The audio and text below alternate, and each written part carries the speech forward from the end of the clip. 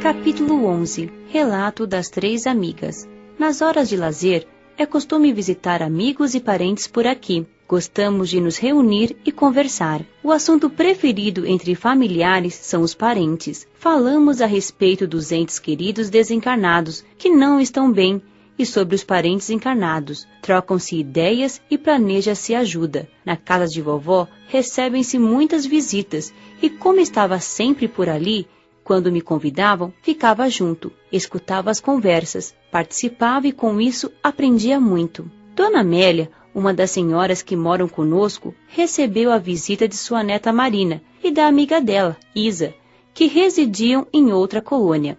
Conversamos animadas. Como quase sempre acontece, a conversa foi sobre a desencarnação. Dona Amélia foi a primeira a falar da sua. A morte do meu corpo foi muito dolorida. O câncer foi destruindo o meu corpo. Revoltei-me com tudo e todos. Tornei-me uma doente amarga. Muito debilitado, meu corpo morreu. Nada vi ou senti, só percebi tempos depois. Continuei a sofrer após o desencarne. Vaguei com dores pelo meu antigo lar. Sofri muito. Depois de muitos anos, fui socorrida.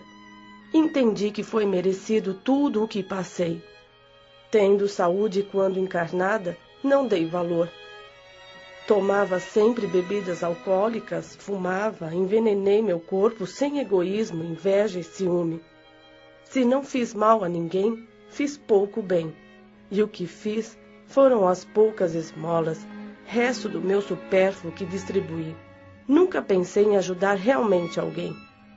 Vivi encarnada, cultivando a matéria, como uma tola, imprudente, ignorando a parte verdadeira e espiritual. A dor, a doença, tudo isso foi uma forma que havia escolhido, antes de reencarnar, para alertar-me. Mas fiquei revoltada e não sofri com a resignação. Quem não sofre com aceitação, pouco lhe adianta. Depois, em vez de reconhecer meus erros, revoltei-me, achando injusto por não ter feito, em meu ponto de vista, nada de ruim, pois não matara, não roubara, não traíra e etc. Esqueci-me de que pude fazer o bem e não fiz, nem aprender quis. Para que saber? Dizia sempre. Depois de morta, aprendo. E isso se houver continuação da vida. Teve. Continuei a existir depois do meu corpo ter morrido. E permaneci sofrendo pelos mesmos motivos, até que, cansada, comecei a ver realmente meus vícios. Mais humilde, clamei, pedi ajuda. Amigos e parentes levaram-me para o hospital de um posto de socorro, onde sarei e vim para a colônia. Agora, tendo a oportunidade, sou agradecida. Tento educar-me no trabalho útil e no estudo da boa moral. Falou Marina. Eu desencarnei jovem, aos 21 anos, e como vovó, ignorava completamente a continuação da vida. Não tinha ideia do que acontecia com quem morria, se tudo acabava ou se havia inferno e céu. Teorias que não entendia nem queria entender. Não seguia religião nenhuma, mas dizia ter uma só por rótulo. Para mim, a morte do corpo era para os outros. Desencarnei por um acidente de carro. Quando os socorristas, trabalhadores do bem tentaram ajudar-me, repeli-os. Para mim, eram loucos, dizendo tolices, inclusive que meu corpo morrera. Foi um período difícil. Na minha casa foi um caos. Meus pais intensificaram as brigas e acabaram por se separar. Um acusava o outro pelo meu desencarne. Sofri muito. Julguei estar louca por não conseguir entender o que se passava e por não aceitar minha desencarnação. Com meu lar desfeito, vaguei pelas ruas com muito medo. Cansada de sofrer, resolvi apelar para Deus. Entrei num templo e orei. Senti-me melhor e resolvi ficar ali. Entendi que religião faz falta, pois quando se é religioso, sente-se proteção. E quando se é realmente sincero e devoto na religião, os sofrimentos são mais bem compreendidos e a morte não aterroriza tanto. Entendi que desencarnara, mas não sabia o que fazer para melhorar a situação.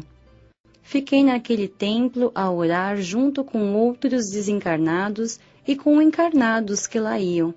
A prece levou-me a meditar, a arrepender-me dos meus erros. Fiz muitos atos errados, fui egoísta e materialista.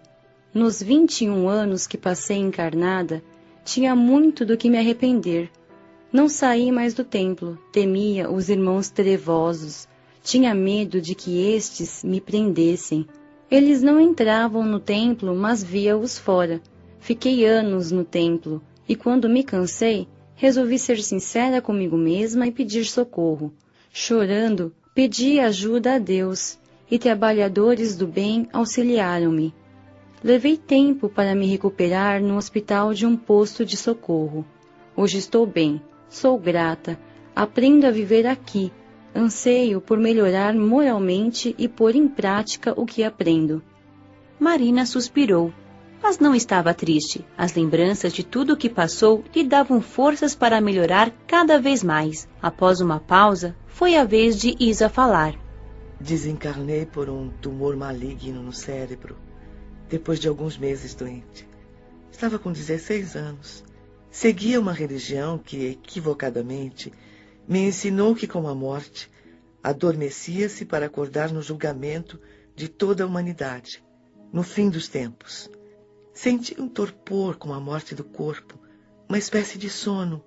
Achava que dormia, mas ao mesmo tempo via e ouvia, embora sem muita clareza, tudo o que se passava ao meu redor. Fiquei junto dos familiares quando velavam o meu corpo. O desespero deles foi grande. Gritavam, choravam, sofriam horrivelmente. Sentia-me muito perturbada, mas também amparada. Escutava alguém me convidando para ir, partir. Meus familiares seguravam-me e não me esforcei para ir, pois não queria deixá-los sofrendo tanto. Após meu corpo ter sido enterrado e meus familiares terem ido embora, orei com fé. Meu Deus, ajudai-me. Então, socorristas me levaram para um posto de socorro, onde recebi auxílio. Tinha medo, pavor de dormir e não acordar, mas bondosamente os trabalhadores do posto de socorro tentavam explicar e me curar, porque a doença, o reflexo dela, ainda era forte em mim.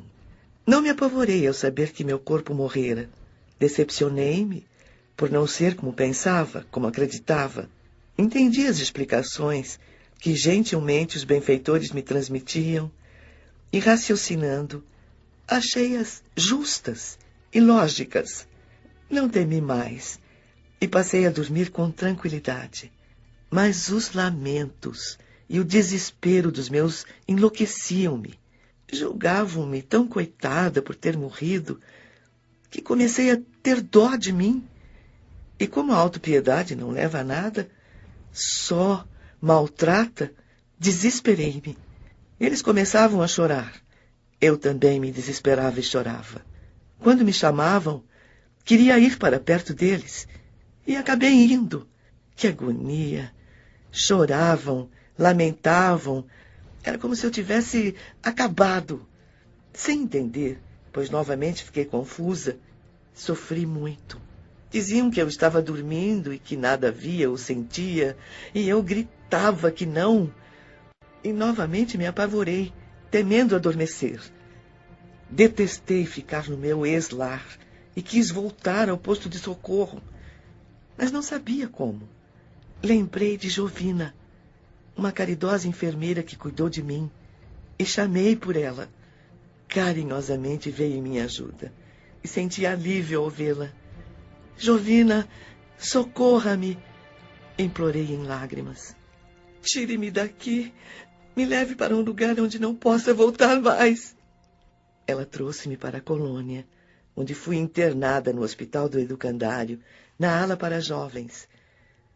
Tive de receber tratamento especial para superar e entender o desespero dos meus pais, para não dar importância a seus chamados e não sentir tanto. Os orientadores do educandário para que pudesse me recuperar mais rápido, tentavam ajudar meus pais. E como o sofrimento leva muitas pessoas a procurar ajuda, meus familiares aceitaram conversar com uma vizinha espírita que bondosamente lhes explicou que deveriam conformar-se com a vontade de Deus e que eu, sendo boa, estaria em bom lugar e por isso não deveriam chamar-me. Foram ótimos conselhos que entenderam de modo confuso, mas, para meu alívio, melhoraram. Não chamaram mais por mim e nem se desesperaram, sofrendo menos. Pude então me sentir mais aliviada e me esforçar para sarar, porque quando eles pensavam em mim como doente, com dores, transmitiam-me isso, dificultando meu desligamento dos reflexos da doença. Sarei e, sentindo-me bem, comecei a interessar-me em conhecer o educandário, a colônia, a fazer amizade. Aí apareceu outro problema. Julgavam-me santa, anjo, e encheram-me de pedidos. Pediram-me de tudo, para ir bem na prova da escola, para ter saúde, para não chover ou para chover, sarar da dor de cabeça, achar objetos perdidos, etc. O pior é que incentivavam todos os familiares, amigos e vizinhos a fazê-lo. Sentia esses pedidos e agoniava. Queria ajudá-los, mas como fazer?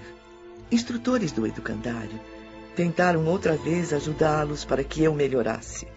Novamente a vizinha espírita foi a porta-voz, conversando com eles, orientando-os para que não pedissem nada a mim, mas que o fizessem a Deus, a Jesus, aos anjos, que eu, sendo boa, deveria estar em bom lugar, mas que talvez não me fosse possível ajudá-los e que não me sentiria bem por isso. Ficaram sentidos com a bondosa vizinha. Generosos instrutores do educandário tentaram novamente os esclarecer, desligando-os do corpo enquanto dormiam e conversando com eles. Foram aos poucos mudando, mas ainda hoje recebo pedidos. Amo meus familiares, desejo-lhes bem, oro por eles, mas não gosto nem de ir visitá-los, pois sofri muito com a falta de compreensão deles. A morte é tão natural, eu não sei por que fazer dela uma tragédia. Demorei muito tempo internada no hospital, tendo depois que fazer um acompanhamento com orientadores até me sentir segura. Amo a vida de desencarnada. Sinto-me muito bem no educandário, mas não foi fácil. A conversa continuou agradável por mais tempo. Depois, nossas visitantes despediram-se e foram embora. Fiquei a pensar.